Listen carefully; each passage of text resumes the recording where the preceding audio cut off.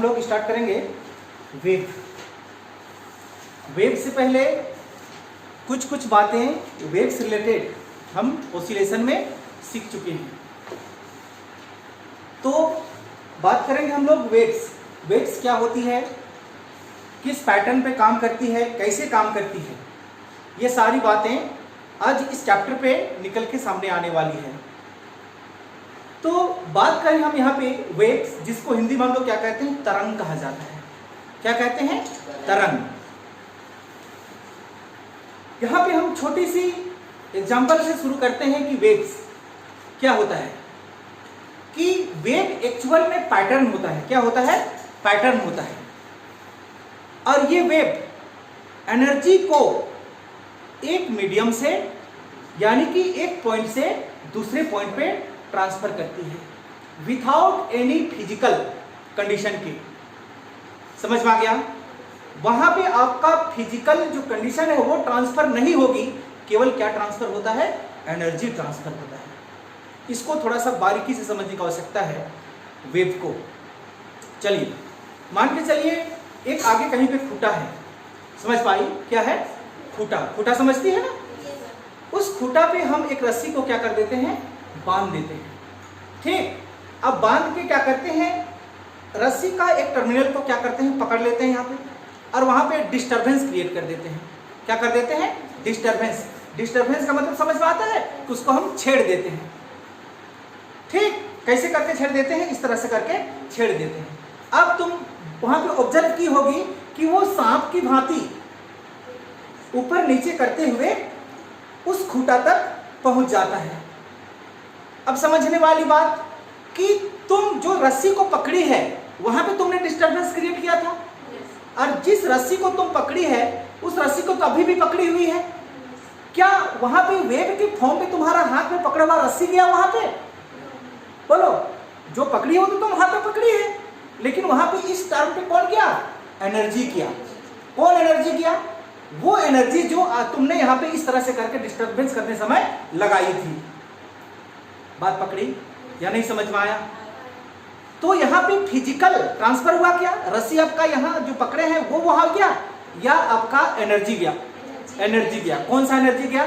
जो आपने यहाँ पे इस तरह से करके झटका लगाया था, डिस्टरबेंस क्रिएट किया था, तो क्या लगाया था वहां पे, एनर्जी लगाया था।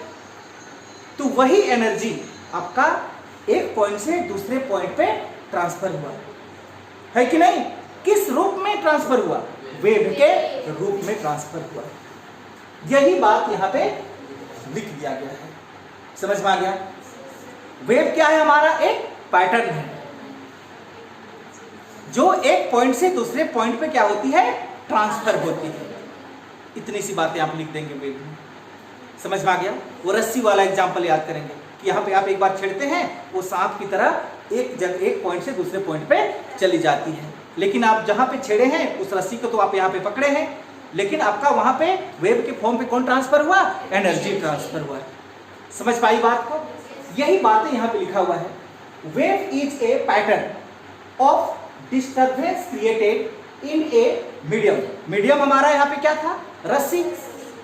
मीडियम क्या है, रस्सी।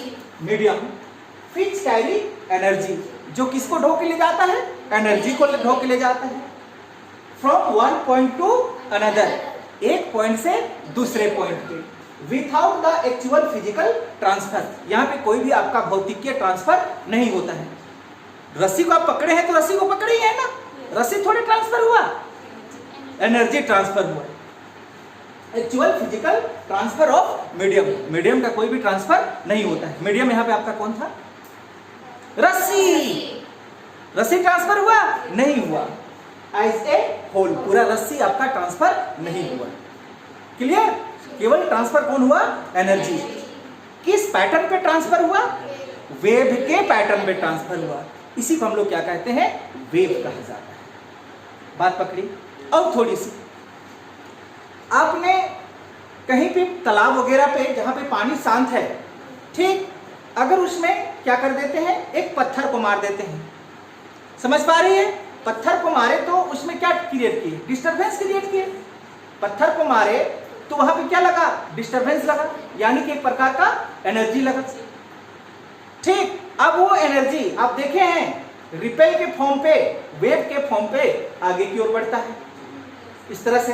तालाब में देखिए कि नहीं देखिए, क्या पानी वैसा होता है? पानी ज्यों का त्यों वहीं पे रहता है। इसका एग्जाम्पल देते हैं, थर्मोकोल देखिए, थर्मोकोल जो पानी पे तैरता है, फ्लोट होता है, उस थर्मोकोल को साइड में रख देना, ठीक, और उसका बगल में पत्थर को मार देना। जैसे ही वहां से वेव क्रिएट होगा, देखना तुम्हारा थर्मोकोल उस रिपेल यानी कि वेव के साथ में आगे नहीं बढ़ेगा। थर्मोकोल जहां पे है ना, वहीं पे ऊपर और नीचे होगा। इसका क्या मतलब? पानी आपका आगे नहीं बढ़ा। कौन बढ़ा आगे? एनर्जी बढ़ा। किस रूप में बढ़ा? वेव के रूप में। इसी को वेव कहते हैं। क्लियर? डाउट है कहीं पे? वेव साफ साफ लिखा हुआ है, wave is a pattern of disturbance created in a medium which carry energy from one point to another without the actual physical transfer of medium as a whole. Clear? यहाँ ये रही हमारा किसकी बात? वेव की बात। ठीक, अब आगे हम बढ़े तो बेसिकली पूरा मतलब यूनिवर्स में केवल 3 ही प्रकार की क्या होती है? वेव्स होती है। कितनी प्रकार की वेव्स होती है? 3 प्रकार की वेव्स होती है। अब पहला वेव्स को हम क्या कहते हैं? Mechanical waves. दूसरा वेव्स को क्या कहते हैं? Electromagnetic waves. और तीसरा वेव को कहते हैं मैटर वेव। क्लास 11 की बात करें, किसकी बात करें हम? क्लास 11 की, तो केवल हमको क्लास 11 में मैकेनिकल वेव्स के बारे में पढ़ना है। समझ में आया? ये इलेक्ट्रोमैग्नेटिक वेव और मैटर वेव्स का एक्सप्लेनेशन हम 12th क्लास में देखेंगे।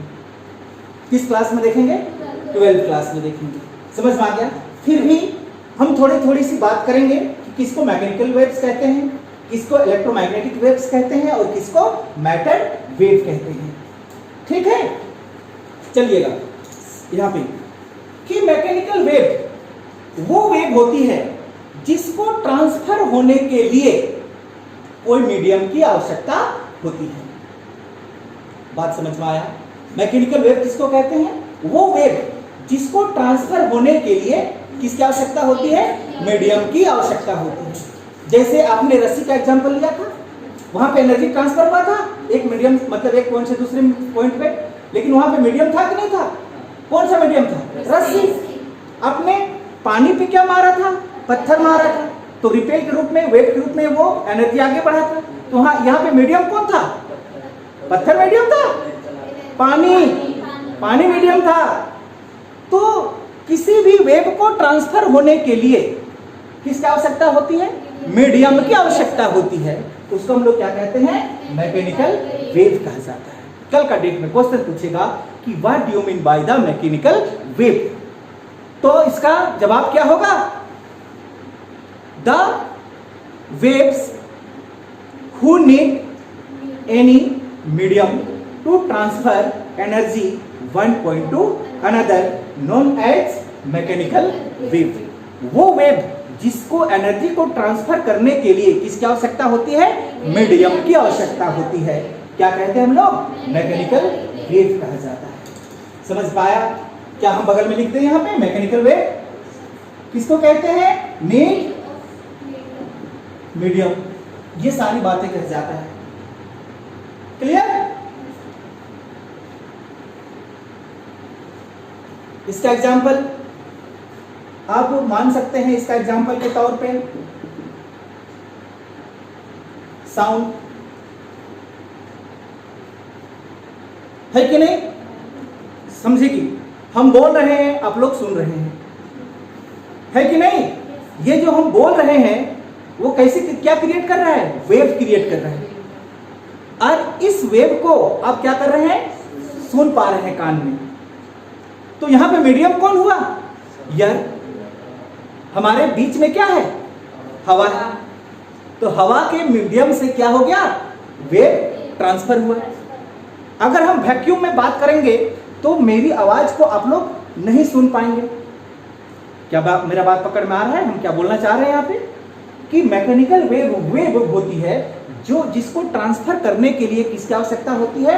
मीडियम की आवश्यकता होती है। जैसे हम एग्जाम्पल के तौर पे उठाए साउंड, तो हम बोल रहे हैं, मतलब साउंड निकल रहा है हमारा, साउंड वेव है ये, तो इस साउंड वेव आपके कानों तक पहुंच रही है, तो इसमें मीडियम हमारा क्या है? एयर, हवा है। अगर हम इसको वैक्यूम में बात करना चाहें तो मेरी आवाज को आप नहीं सुन पाएंगे। एग्जाम्पल के तौर पे मून, जब चंद्रमा पे आदमी लोग जाता है तो वहां पे बात करने के लिए रेडियो वेव की आवश्यकता मतलब प्रयोग करता है। क्या किसका प्रयोग करता है? रेडियो वेव की। अब मैकेनिकल वेव में वहां पे बात नहीं कर सकते। क्यों बात नहीं कर सकते? क्योंकि चंद्रमा पे हवा नहीं है। बात पकड़ में आया कि हम यहां पे क्या कर रहे हैं? बोल रहे हैं, तो यहां से क्या निकल रहा है? एक वेव का पैटर्न निकल रहा है और आपके कानों तक पहुंच रहा है। अब कान तक पहुंच रहा है तो बचपन से आप लोगों को सिखाया जाता है कि इस प्रकार का वेव को मामा कहते हैं, इस प्रकार का वेव को पापा कहते हैं। जाके आपका कान में ठक ठक करता है, तब आप समझते हैं कि सर बोल रहे हैं कि यहाँ पे मैकेनिकल वेव, मामा बोल रहे हैं, पापा बोल रहे हैं। ये बचपन से ही क्या किया जाता है? सिखाया जाता है। बात समझ में आया? कन्नड़ भाषा सुने हैं आप? कन्नड़ की भाषा जो साउथ इंडिया में बोली जाती है, तेलुगु भाषा आंध्र प्रदेश में बोली जाती है। उस साउंड वेव का पैटर्न को आप नहीं पकड़ पाते हैं? पकड़ पाते हैं? जब उसका वेव आपके कानों तक पहुंचता है, आपके कानों को ठक ठक करता है, तो आपको भाषा समझ में नहीं आता है। समझ पाता है? क्यों नहीं समझ पाता है? क्योंकि उसका आपको प्रैक्टिस नहीं कराया गया है उस वेव को पकड़ने के लिए, तभी तो आप समझ में नहीं पाते हैं।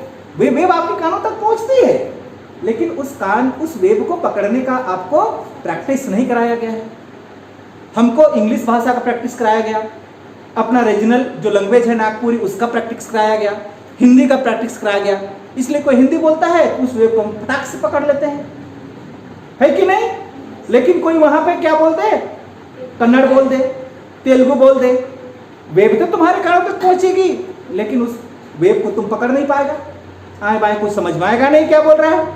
वही चीज मेरे साथ हुआ आंध्र प्रदेश में, जब बाल कटाने गए थे, पूरा काट के खत्म किया, हम बोले उसको हो गया, तो समझ मेरा वेव को पकड़ा नहीं और कटते चल गया। क्या करें? समझ पाया?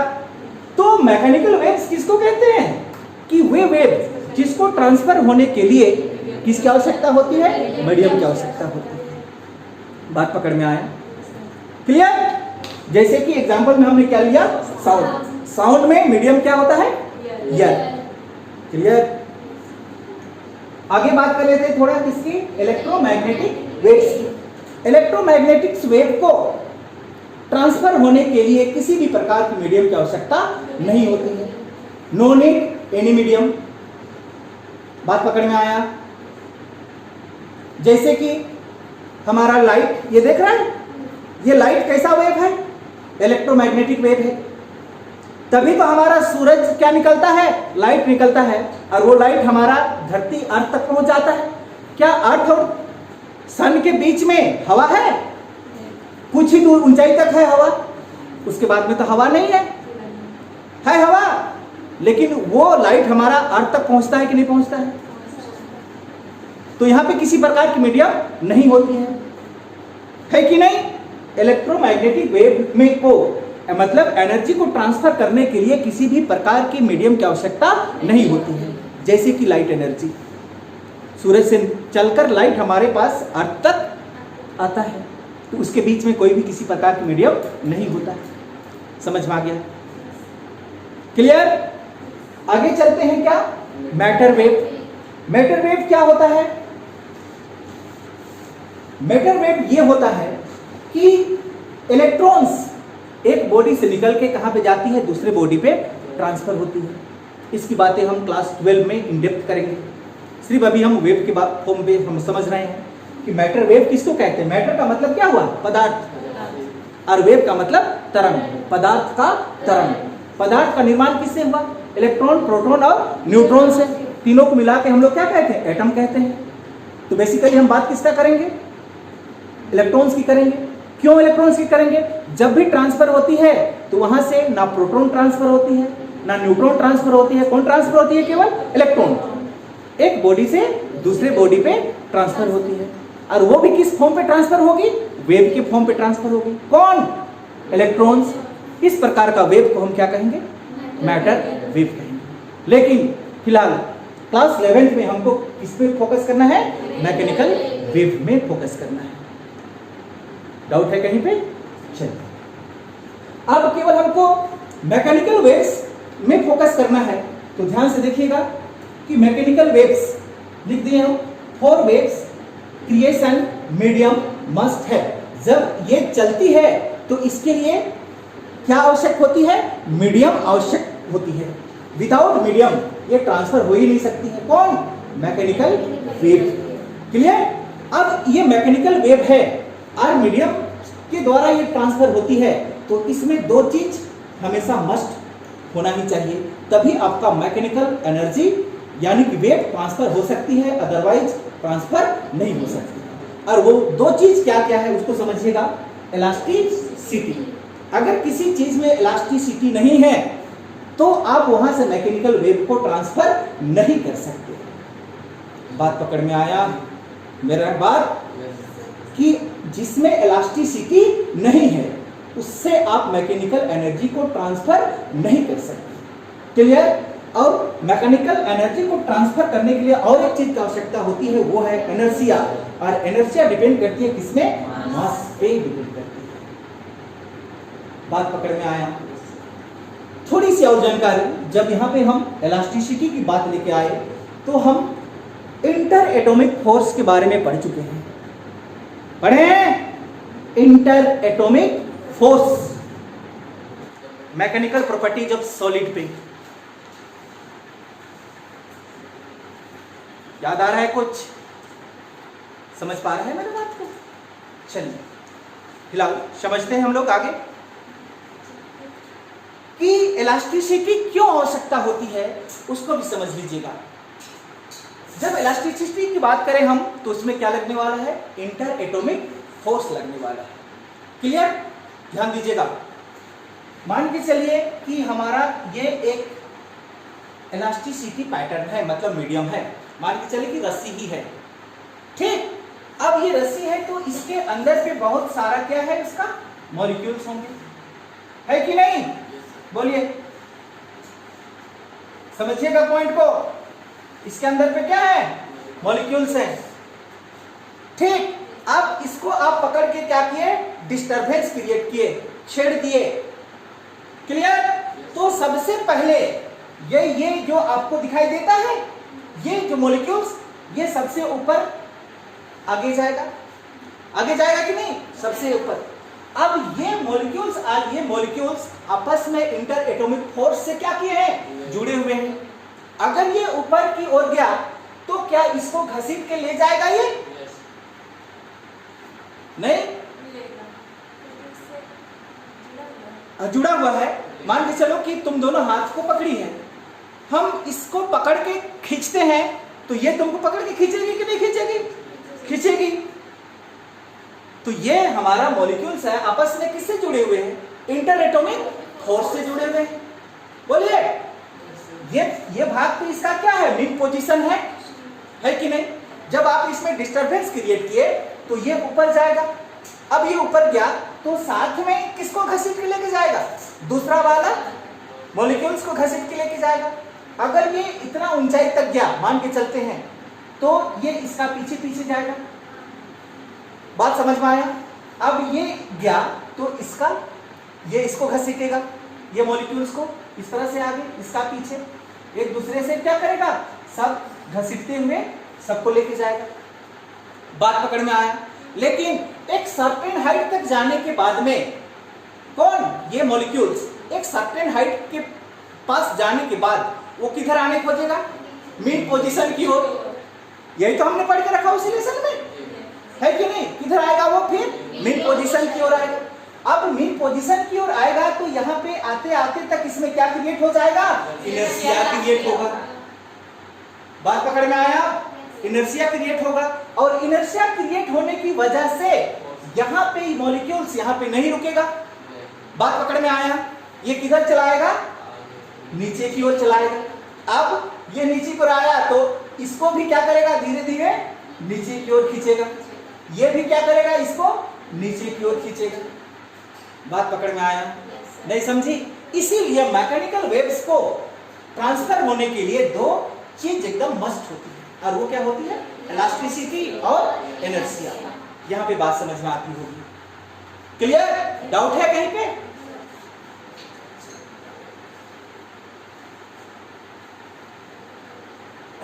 आगे बात करें हम, on the basis of disturbance pattern it is classified into two types. Disturbance pattern के आधार पे इसको हम फिर से कितनी भाग में बांट दिए? दो भाग में बांट दिए। पहला ट्रांसवर्स वेव और दूसरा लॉन्गिट्यूडनल वेव। क्लियर? समझिएगा, यहां पे ट्रांसफर वेव्स और लॉन्गिट्यूडनल वेव्स किसको कहते हैं? ट्रांसवर्स वेव को सरफेस वेव भी कहते हैं। क्या कहा जाता है? सरफेस वेव भी कहते हैं।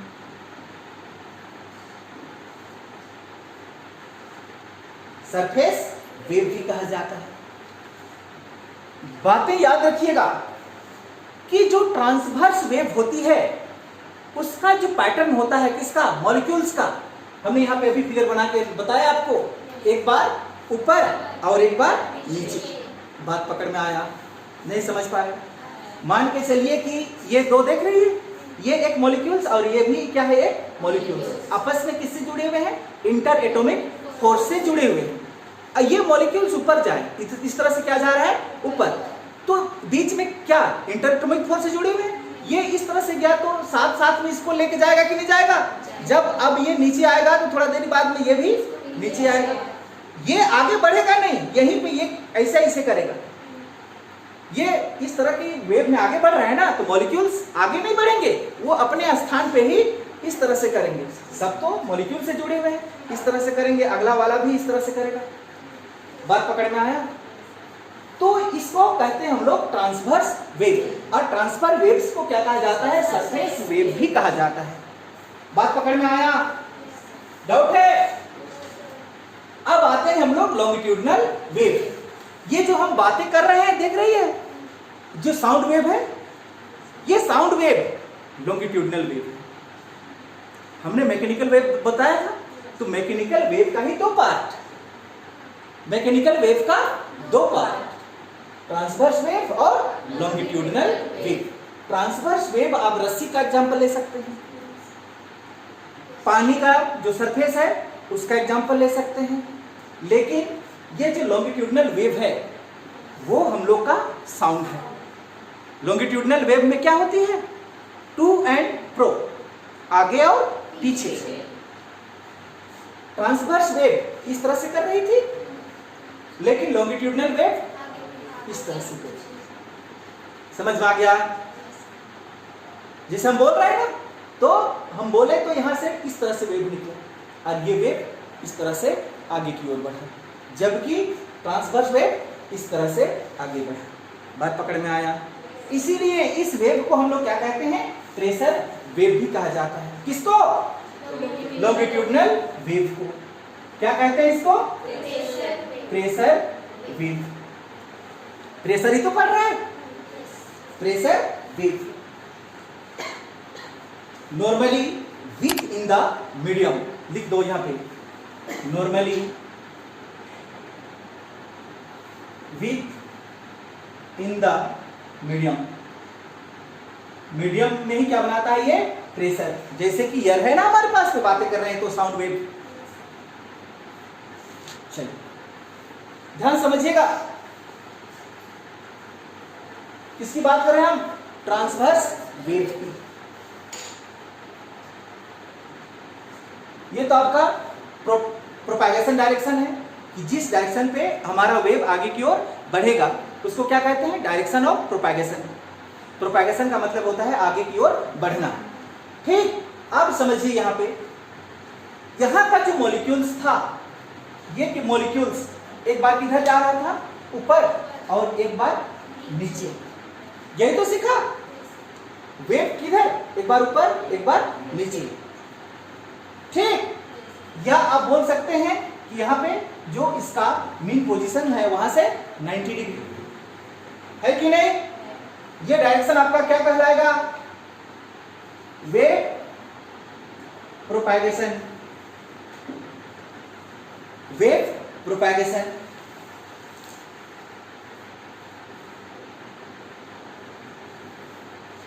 ये किसका एग्जांपल, ट्रांसवर्स वेव का।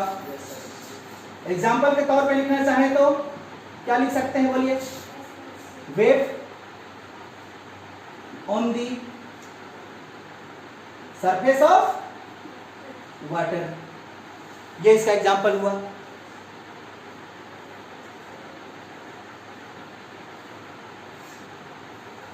क्लियर। ये किसकी कहानी है, ट्रांसवर्स वेव की। दूसरा पॉइंट आइए, हमारे पास में क्या है, लॉन्गिट्यूडनल वेव्स। लॉन्गिट्यूडनल वेव्स क्या होता है, टू एंड फ्रो, आगे एंड पीछे। समझिए, ये इसका मेन पोजीशन, ये डायरेक्शन तो आपका वेव प्रोपगेशन को दिखाएगा आगे की ओर, है कि नहीं। लेकिन ये वेव किधर होगा, एक बार पीछे और एक बार आगे। ध्यान से समझिएगा, डायरेक्शन ऑफ वेव प्रोपगेशन नहीं, एक बार आगे और एक बार पीछे। बात पकड़ में आया। ये डायरेक्शन क्या है आपका, वेव प्रोपगेशन का, वेव प्रोपगेशन, प्रोपगेशन। ये आपका है लॉन्गिट्यूडनल वेव।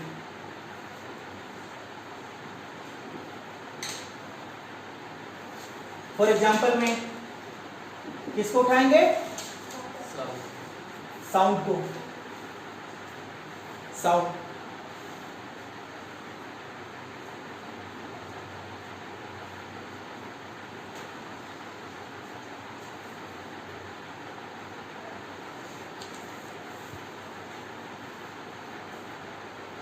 ये जब वीडियो हम अपलोड करेंगे ये दोनों के बारे में, और ट्रांसवर्स वेव और लॉन्गिट्यूडनल वेव्स, वहां पे हम इंक्लूड कर देंगे एनिमेशन। ठीक है, अब एनिमेशन देख लेंगे, ठीक, क्योंकि व्हाइट बोर्ड पे हमको एनिमेशन के द्वारा या 3D से समझाना मुश्किल होती है। ठीक है, लेकिन आप एक चीज ध्यान रखेंगे कि जो आपका ट्रांसवर्स वेव होती है उसकी जो मॉलिक्यूल्स होती है वो ऊपर और नीचे क्या करती है, वाइब्रेट करती है। ठीक, लेकिन जो लॉन्गिट्यूडनल वेव होती है उसका मॉलिक्यूल्स आगे और पीछे वाइब्रेट करती है। ठीक, किसका, मेन पोजीशन से। क्लियर। चलिए और थोड़ा सा इसको हम लोग समझने का कोशिश करते हैं। ट्रांसवर्स वेव,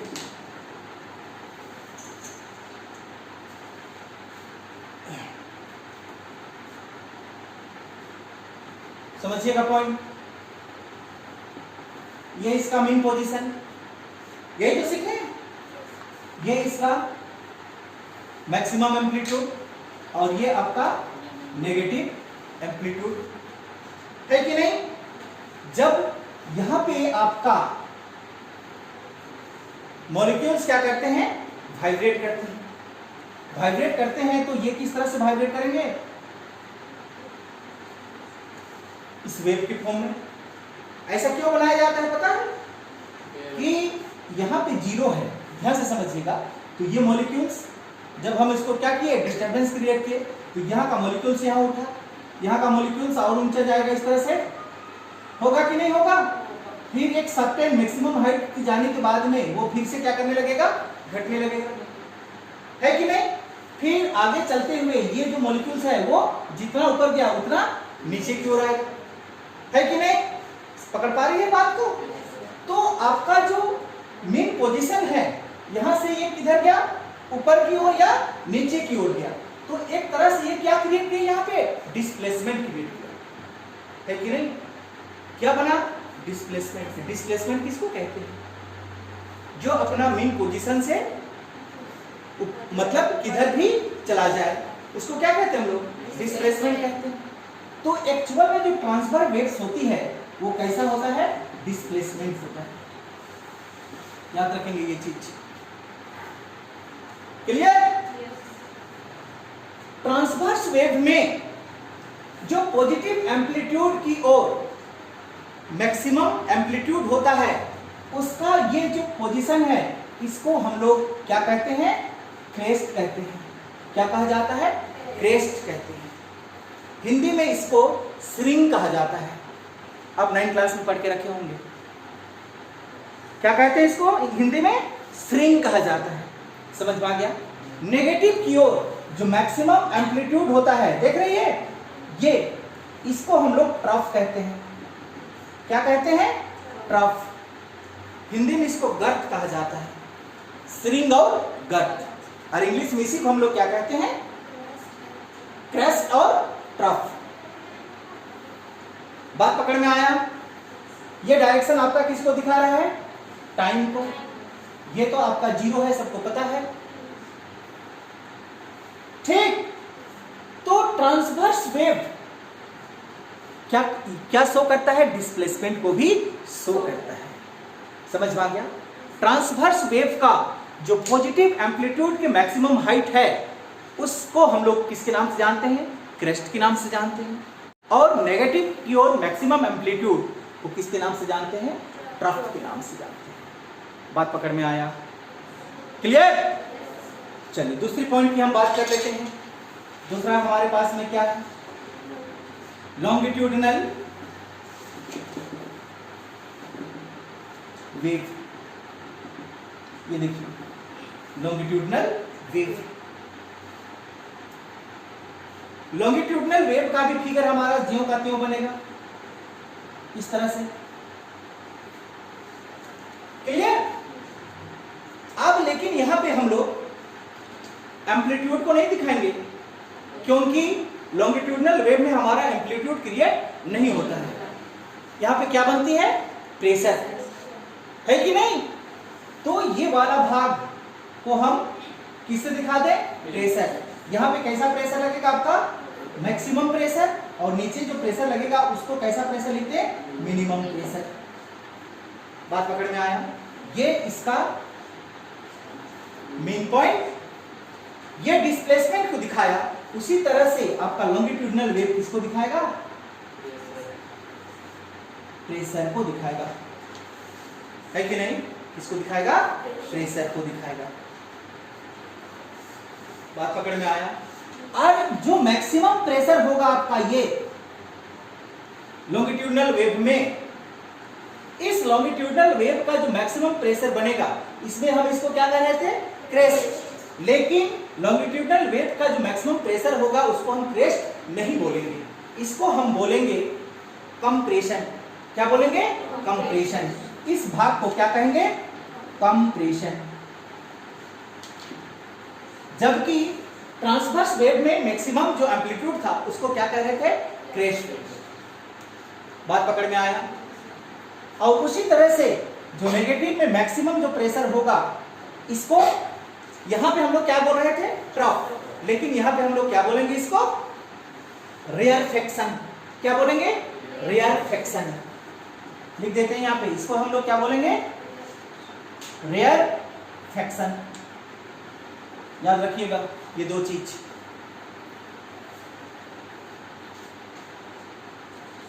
दोनों में डिफरेंस समझ में आ गया होगा, है कि नहीं।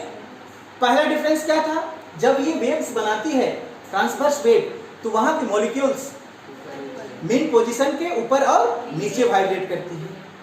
लेकिन लॉन्गिट्यूडिनल वेव में जब ये वेव बनाती है तो मेन पोजीशन का आगे और पीछे वाइब्रेट करती है कि नहीं।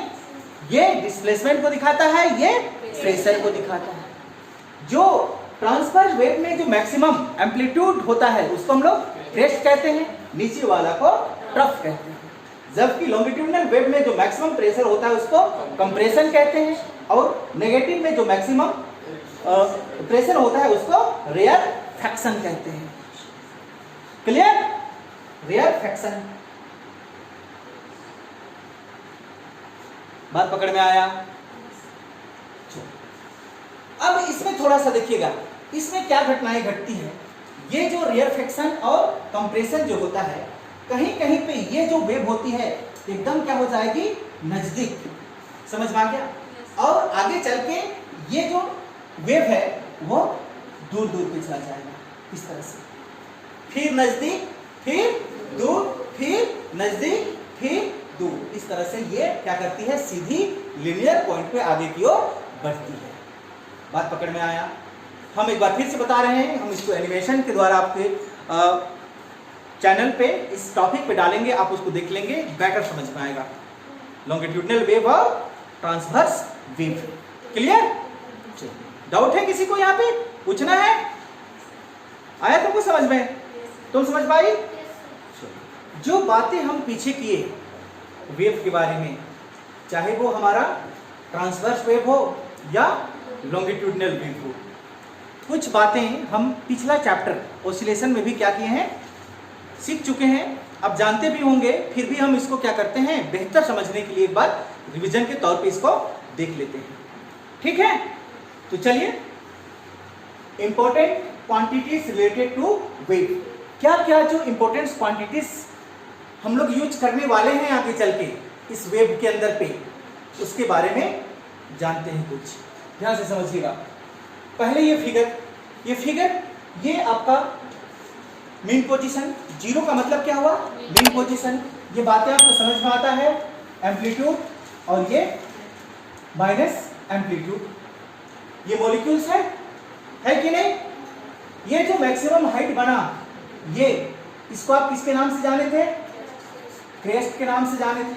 और जो नेगेटिव एम्पलीट्यूड की ओर जो मैक्सिमम हाइट बना, वो ट्रफ के नाम से जाने हैं।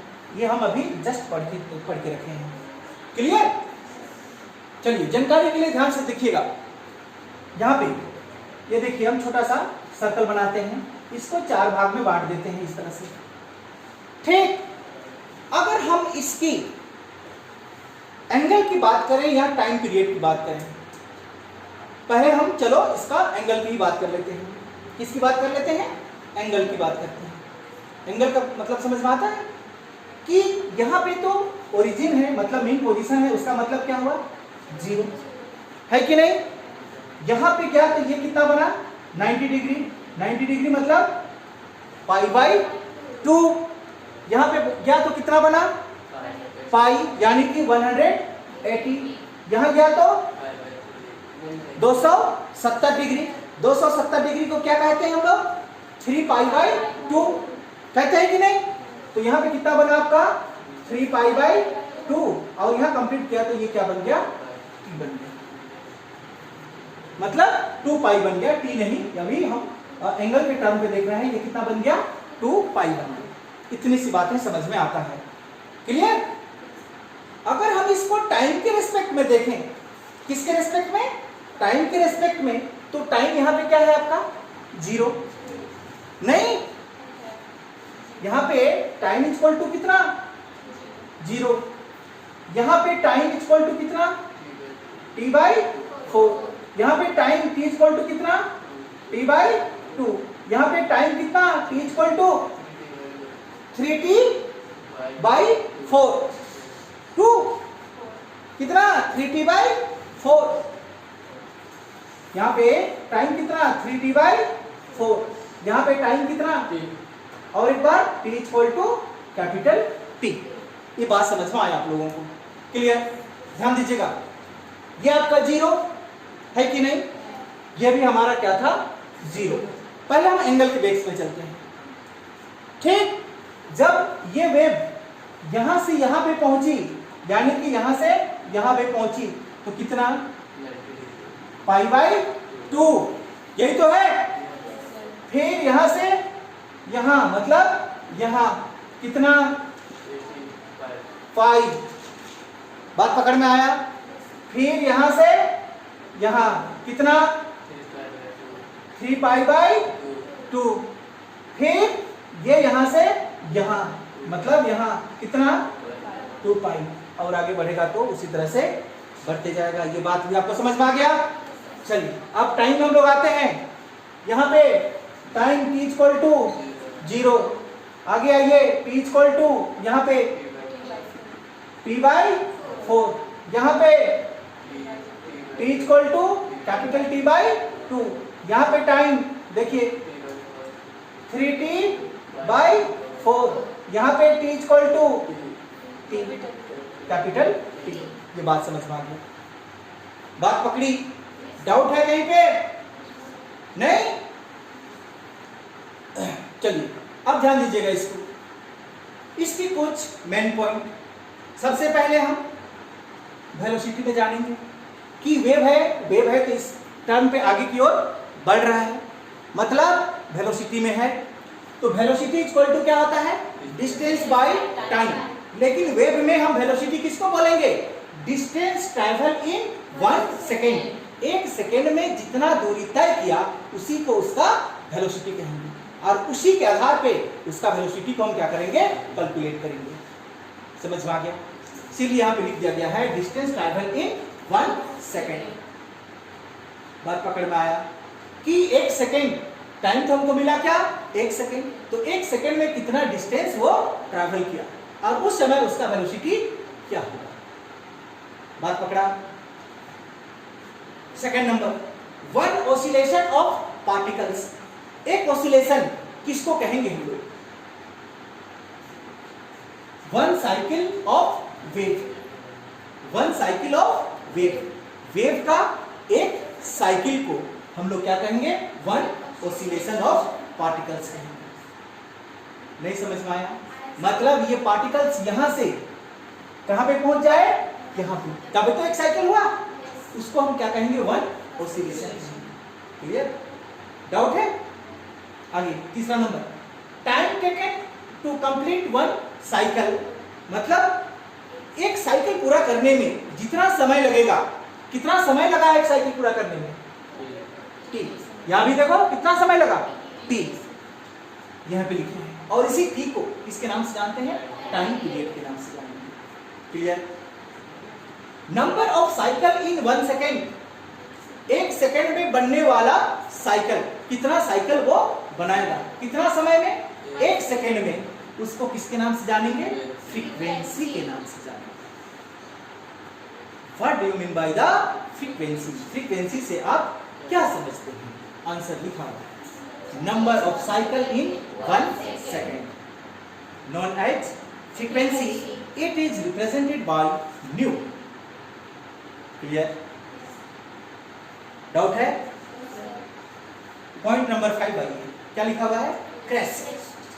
Maximum displacement on positive side. ये देखिए, ये पॉजिटिव साइड है आपका, इसका मैक्सिमम डिस्प्लेसमेंट क्या कहलाया? क्रेस्ट कहलाया। ये बातें भी समझ में आया। 6 number, trough. Maximum displacement on negative side. ये देखिए आपका नेगेटिव है कि नहीं? ये क्या कहलाया?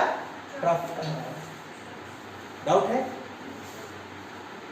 आगे point number 7, lambda, wavelength. Lambda को किसके नाम से जानते हैं? वेवलेंथ। ध्यान दीजिएगा, distance between two consecutive crest और ट्रफ। 2 क्रेस्ट या 2 ट्रफ के बीच का दूरी। बात पकड़ी? समझेगी? ये वाला भाग अगर हम चाहें तो ये क्या कहलाएगा? क्रेस्ट। है कि नहीं? तो क्या बोला? Distance between two consecutive crest. 2 crest के बीच या 2 ट्रफ के बीच का दूरी क्या कहलाता है? इसका वेव लेंथ कहलाएगा। तो ये भी आपका क्रेस्ट है और वो भी क्या बना? क्रेस्ट। मतलब यहां से लेकर इसका जो दूरी है, ये दूरी आपका क्या है? लैम्डा है। बात पकड़ में आया? या ट्रफ लेंगे तो आगे और आपको ट्रफ मिलने वाला है, ये दोनों ट्रफ के बीच का दूरी भी आपका क्या कहलाएगा? लैम्डा कहलाएगा, यानी कि वेव लेंथ कहलाएगा। पकड़ी बात को? चलिए आगे ध्यान दीजिएगा। Point number 8, angular velocity. ये क्या है? इसी तरह से तो घूम रहा है ये, तो क्या बना रहा है? उस समय में एंगल बना रहा है। हम यहाँ पे देखें, यहाँ पे 0, यहाँ पे एंगल कितना? π/2, यहाँ पे कितना? पाई, यहाँ पे कितना? 3π/2, यहाँ पे 2π। तो ये एंगल बना रहा है और क्या कर रहा है? गति में भी है, वेलोसिटी में भी है, इसलिए इसको क्या बोलेंगे हम लोग? Angular velocity. एंगुलर वेलोसिटी को किससे रिप्रेजेंट करते हैं? ओमेगा से रिप्रेजेंट किया जाता है। हम जानते हैं ओमेगा इक्वल टू 2π होता है कि नहीं होता है? और न्यू इक्वल टू क्या होता है? 1/t। यानी कि फ्रीक्वेंसी टाइम पीरियड के इन्वर्स होता है, टाइम पीरियड का उल्टा होता है, यानी कि न्यू इक्वल टू 1/t। तो न्यू के जगह में अगर हम क्या डाल दें t, तो ओमेगा इक्वल टू क्या मिल जाएगा 2π/t मिल जाएगा। ये हम ऑसिलेशन में ये इक्वेशन यूज किए हैं। बात पकड़ में आया? आगे चलिए 9 नंबर में देखिएगा, वेव नंबर। वेव नंबर किसको कहते हैं? प्रोपैगेशन कांस्टेंट भी कहा जाता है। वेव नंबर को क्या कहते हैं हम लोग? प्रोपैगेशन कांस्टेंट, जिसको हम किससे रिप्रेजेंट करते हैं? k से रिप्रेजेंट किया जाता है। और k का वैल्यू क्या मिलता है? 2π/λ। यहां पे कुछ आप इस तरह से समझें कि 1 मीटर पे बनने वाला फेज, नहीं समझ पाए? यहां से लेकर इसका दूरी कितना होना चाहिए? 1 मीटर। बात पकड़ में आया? वेवलेंथ का दूरी कितना होना चाहिए? 1 मीटर। इसी और इसमें जो बनने वाला फेज यानी कि एंगल, उसी को हम लोग क्या कहते हैं? प्रोपैगेशन कांस्टेंट कहा जाता है। और प्रोपैगेशन कांस्टेंट इक्वल टू क्या होता है? 2π/λ। समझेगा यहाँ पे बात को? 2π का मतलब क्या समझा? 360 डिग्री। कितना? 2π का मतलब 360 डिग्री। गौर कीजिए, यहां से लेकर ये क्या 360 डिग्री है?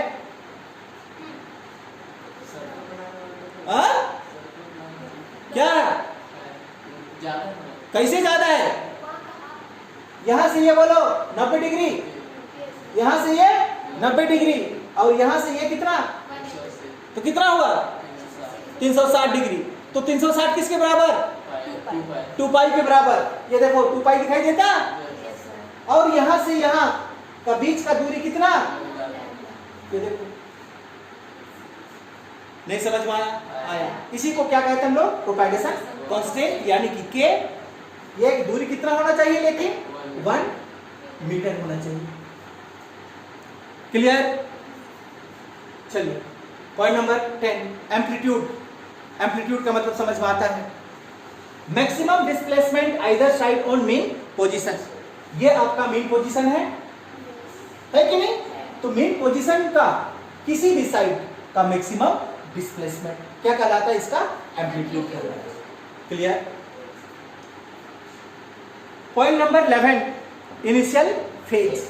ये तो जरूरी नहीं है कि वेव अगर हम बना रहे हैं तो वो आपका मीन पोजीशन से स्टार्ट हो सके तो नेगेटिव की ओर से स्टार्ट हो सकता है, या हो सके तो पॉजिटिव की ओर से स्टार्ट हो सकता है कि नहीं? तो उसके बीच मीन पोजीशन के से जितना हमारा एंगल बनता है उसी को हम लोग क्या कहते हैं? इनिशियल फेज कहा जाता है, जिसको हम फाई से रिप्रेजेंट करते हैं। बात पकड़ा? यहाँ पे फेज किसको कहते हैं? इसको हम ऑसिलेशन बात कर चुके हैं, ये फाई। चलिए और थोड़ी सी जानकारी ले लेते हैं हम लोग।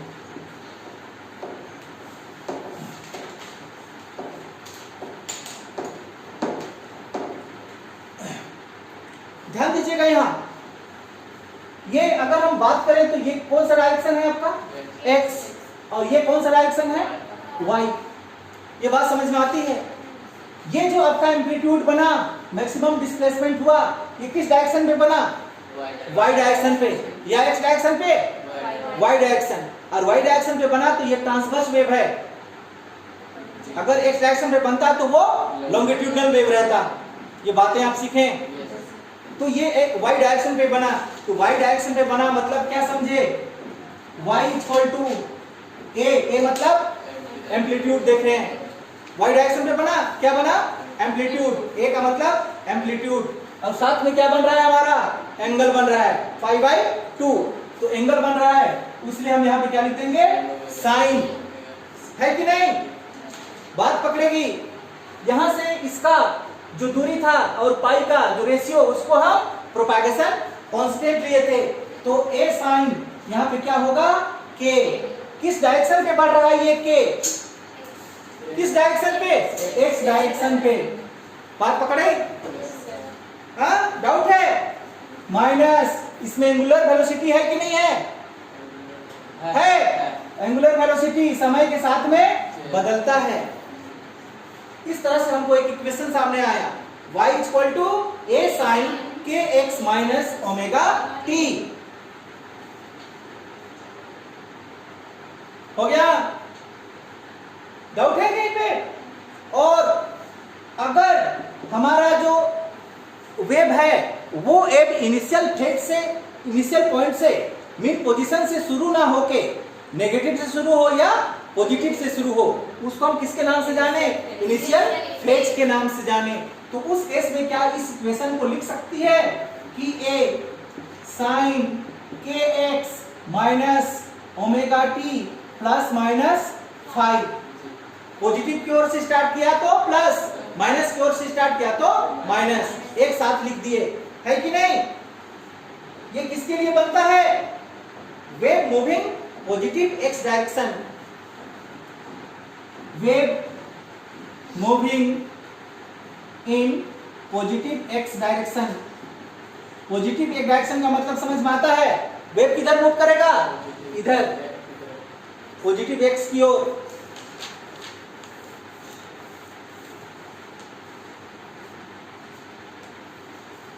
हो गया? ध्यान दीजिएगा ये चीज, किधर? पॉजिटिव x डायरेक्शन, मतलब उधर। थोड़ी सी बात है, if wave moving in negative x direction, अगर वेव किधर मूव किया? नेगेटिव x डायरेक्शन, ये भाग आपका, इधर का भाग क्या है? नेगेटिव x, इधर है कि नहीं है? अगर वेव आपका इधर मूव किया तो ये इक्वेशन क्या बन जाएगा? ध्यान दीजिएगा, y इक्वल टू क्या है? a साइन फिर kx, यहाँ पे फिर से माइनस का साइन और फिर से किधर बढ़ रहा है? माइनस की ओर। तो माइनस और माइनस क्या हो जाएगा? प्लस, प्लस क्या बचा? Omega t plus minus 5। Clear? इसको हम लोग हार्मोनिक वेव के नाम से भी जानते हैं। किसके नाम से जानते हैं? Harmonic wave. ये दोहराते जाता है आगे, जैसे जैसे बढ़ते जाएगा ये वेव दोहराते चला जाएगा।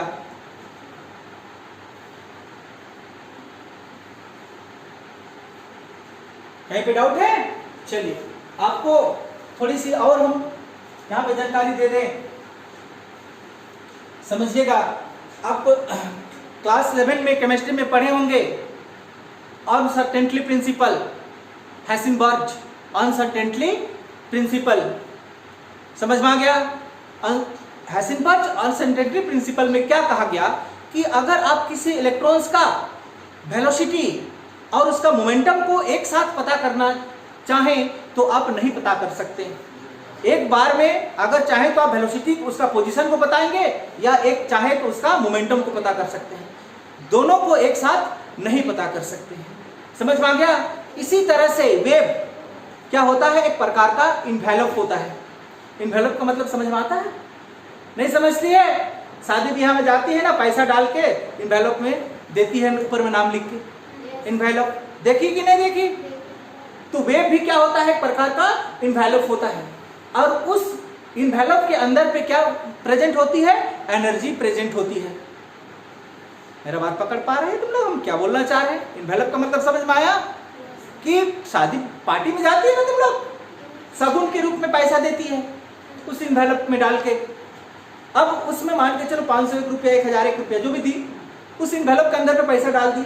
अब तुम ये निश्चिंत हो गई कि पैसा हमारा उस इन्वेलप के अंदर पे है, कहीं ना कहीं पे है, लेकिन है। बात पकड़ में आ रहा है कि ये इन्वेलप है, यही जगह पे अटका हुआ है, ये तो नहीं। तुम ये जानती है कि हम इन्वेलप में 501 रुपया शगुन के लिए डाले हैं, वो इन्वेलप के अंदर पे है, चाहे उस इन्वेलप का ई कोना में रहे चाहे किसी भी कोना में रहे, लेकिन उस इन्वेलप के अंदर पे है। तो इसी तरह से वेव कैसा रहता है? इन्वेलप होता है। और उस इन्वेलप के अंदर पे क्या प्रेजेंट होती है? एनर्जी प्रेजेंट होती है। हम ये नहीं बता पाएंगे वेव में कि यहीं पे आपका एनर्जी है। वेव कैसा है? इन्वेलप जैसा। और उस इन्वेलप के अंदर पे क्या उपस्थित है? एनर्जी। जैसे आपने शगुन का पैसा डाला था ना इन्वेलप के अंदर पे, तो इन्वेलप के अंदर पे डाले हैं तो कहीं ना कहीं पैसा है, लेकिन कहाँ पे है? उस इन्वेलप के अंदर ही है। वो एक फिक्स पोजीशन पे तो नहीं रहेगा वो, यहाँ डालेगी तो नीचे की ओर गया, उसको निकलाई उल्टा पकड़ के तो इधर चला आया, लेकिन है तो किधर, इन्वेलप के अंदर ही है भाई साहब। उसी तरह से वेव भी क्या होता है कि इन्वेलप होता है, और उस इन्वेलप के अंदर पे क्या होती है, आपका एनर्जी होता है।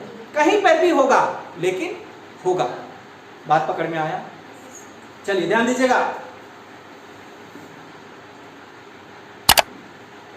ये देख रहे हैं, ये हमारा क्या है, वेव। ये डायरेक्शन वाई डायरेक्शन है कि नहीं? अब देखिएगा यहां पे कि हमने यहां पे क्या लिखा, x। x का मतलब डिस्प्लेसमेंट, किधर, x डायरेक्शन की ओर। ये देखिए इधर भी क्या है आपका x, डिस्प्लेसमेंट करते जा रहा है आगे, किसके साथ, समय के साथ। समय अगर नहीं बढ़ेगा तो क्या आपका डिस्प्लेसमेंट होगा, नहीं होगा। बात पकड़ में आया मेरा? कहने का मतलब है, और एक बात थोड़ा सा समझेगी कि यहाँ पे आपका क्या कर रहा है, वेव ऑसिलेट कर रहा है। ये आपका ओरिजिन, ये वेव ऑसिलेट कर रहा है, समझो इसका ओरिजिन से इसका दूरी कितना, 2 सेंटीमीटर। आपसे पूछा गया कि सेकेंड मॉलिक्यूल्स ओरिजिन से कितना दूरी पे है, तो आप बोल सकते हैं कि 2 सेंटीमीटर पे है, ये बोल सकते हैं। लेकिन पोजीशन, किस पोजीशन पे है आप बता सकते हैं, नहीं बता सकते हैं। तो उस पोजीशन को बताने के लिए आपको क्या जानना होगा, टाइम भी जानना होगा कि हमारा 2 सेंटीमीटर जब चला तो ये टाइम है, वो टाइम कहां पर होगा, यहां पर होगा। समझ में आ गया? तो इस तरह से यहाँ पे वेव में आपको डिस्प्लेसमेंट और टाइम दोनों की आवश्यकता होती है, और यही चीज यहाँ पे लिख दिया गया है, देखिए x और t भी। अब ये दोनों के बगैर में उसका पोजीशन को एक साथ पता नहीं कर सकते हैं, जैसे कि हाइसेनबर्ग और सेकेंडरी प्रिंसिपल की तरह से। बात पकड़ में आया यहाँ पे? क्लियर? डाउट है जितना भी पढ़े हम लोग यहाँ पे? अब इसको जाके क्या करेंगे, एक बार रिवीजन करेंगे, क्योंकि यही चीज जाके आगे अब क्या होने वाला है, बड़ा होने वाला है। ठीक है, तो चलिए फिजिक्स क्लास आज हम यहीं पे करते हैं, कल देखते हैं इसका अगला टॉपिक को।